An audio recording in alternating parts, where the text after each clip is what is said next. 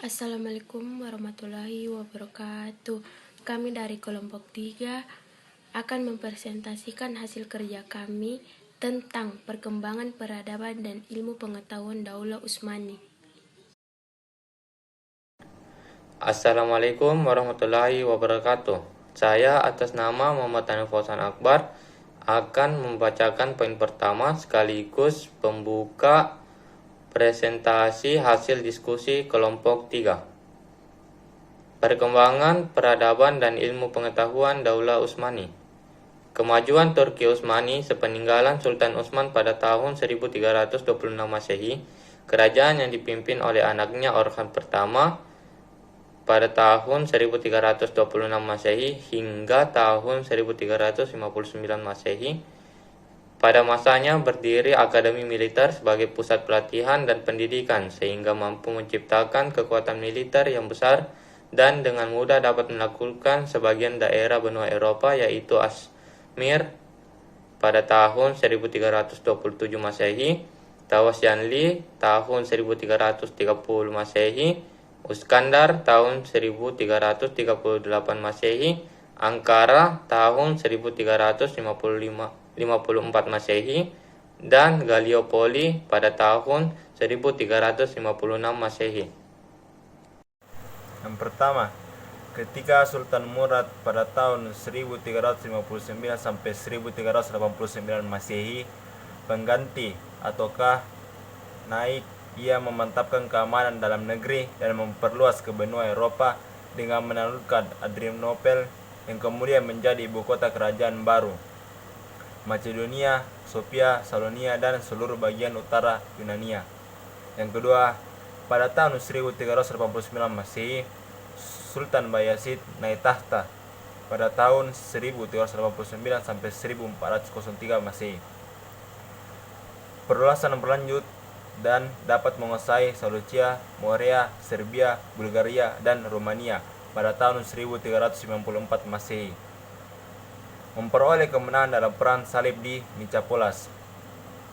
Yang ketiga, pada tahun 1421 Masehi, Sultan Muhammad meninggal dan diteruskan oleh anaknya yang bernama Sultan Murad pada tahun 1421 sampai 1484 Masehi, hingga mencapai banyak kemajuan pada masa Sultan Muhammad II atau Muhammad Al-Fatih pada tahun 1451 sampai 1484 Masehi.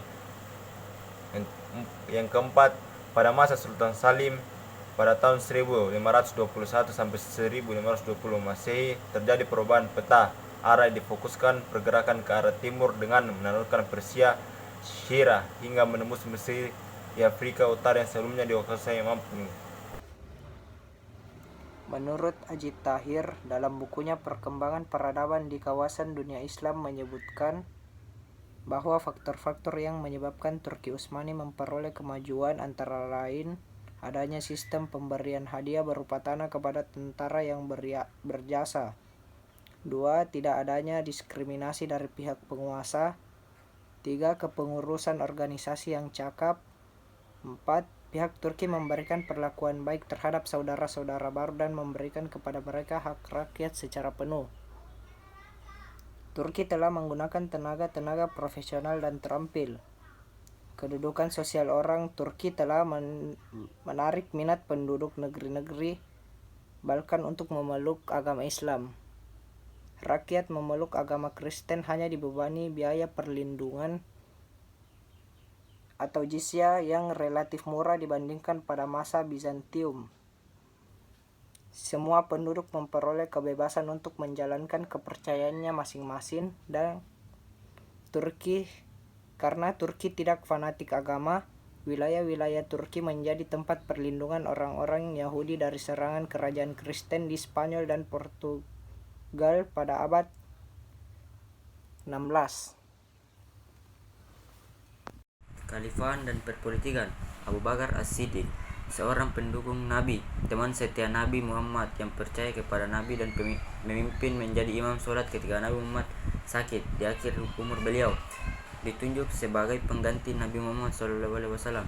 Setelah Abu Bakar menunjuk penerusnya yaitu Umar bin Khattab, sebagaimana dalam riwayat, maka baru ada pengumuman gelar khalifah-khalifah, penerus-penerus, tapi karena terlalu panjang maka diperpendek. Khalifah kedua 634 hingga 644. Dan sebelum wafatnya Umar, diriwayatkan telah membentuk sebuah dewan formatur yang beranggotakan 6 orang, yaitu Ali bin Abi Thalib, Utsman bin Affan, Zubair bin Awam, Talha bin Abdullah, Sa'ad bin Abi Waqqas, dan Abu Rahman bin Auf. Organisasi Utsmani mendunia ini tentunya tidak sepenuhnya terwujud secara sekaligus, melainkan mengalami perkembangan selama 3.300 tahun lebih.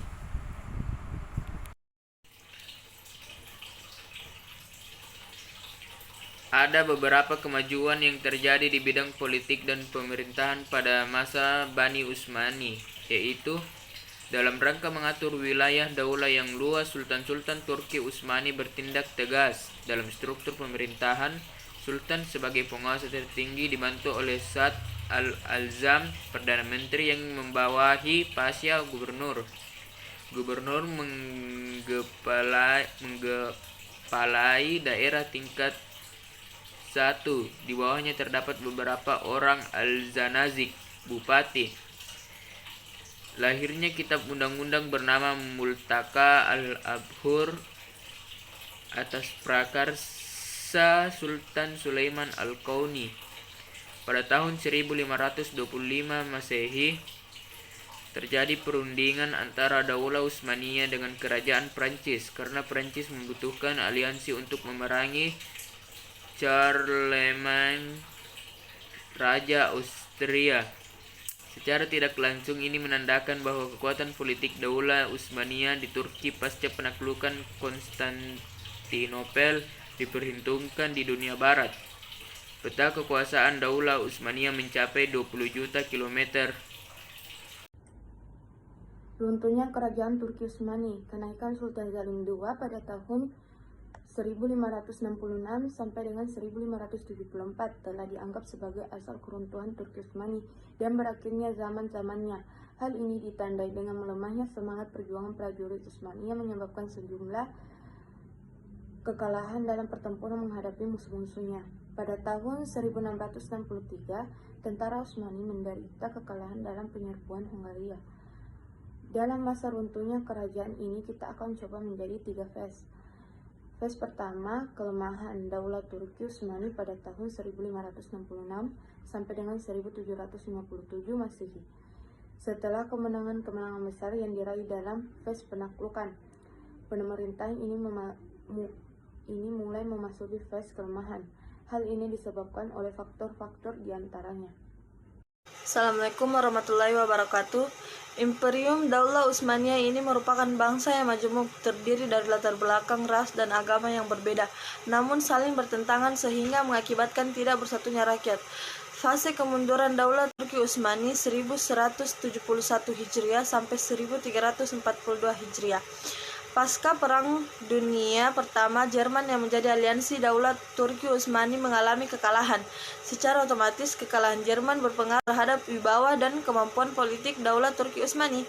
Kekuasaan Turki Utsmani dipantau utara Afrika di Kaplok, Inggris, Prancis, dan Italia. Pada tahun 1924 Masehi, Khilafah Islam dihapus, berganti dengan sistem republik. Ini berakhirnya kekuasaan khalifah sebagai pemimpin politik umat saat itu. Dan adapun hal-hal yang melatar belakangi penghapusan khilafah adalah bangsa Turki yang kocar-kacir akibat pemberontakan dan perlawanan Barat merasa bahwa tugas mengemban khilafah adalah tugas umat Islam di seluruh dunia dan bukan tanggung jawab Turki sendiri. Organisasi Turki Muda yang berkantor di Jeneva membentuk Partai Persatuan dan Pembangunan, secara tidak langsung mempengaruhi wibawa khalifah. Berdirinya Partai Nasional Turki oleh Mustafa Kemal Pasha pada tahun 1919 Masehi, dan pada tahun 1923 Mustafa Kemal Pasha dilantik menjadi Presiden Republik Turki. Sekian penjelasan dari kelompok 3, lebih dan kurangnya mohon dimaafkan. Assalamualaikum warahmatullahi wabarakatuh.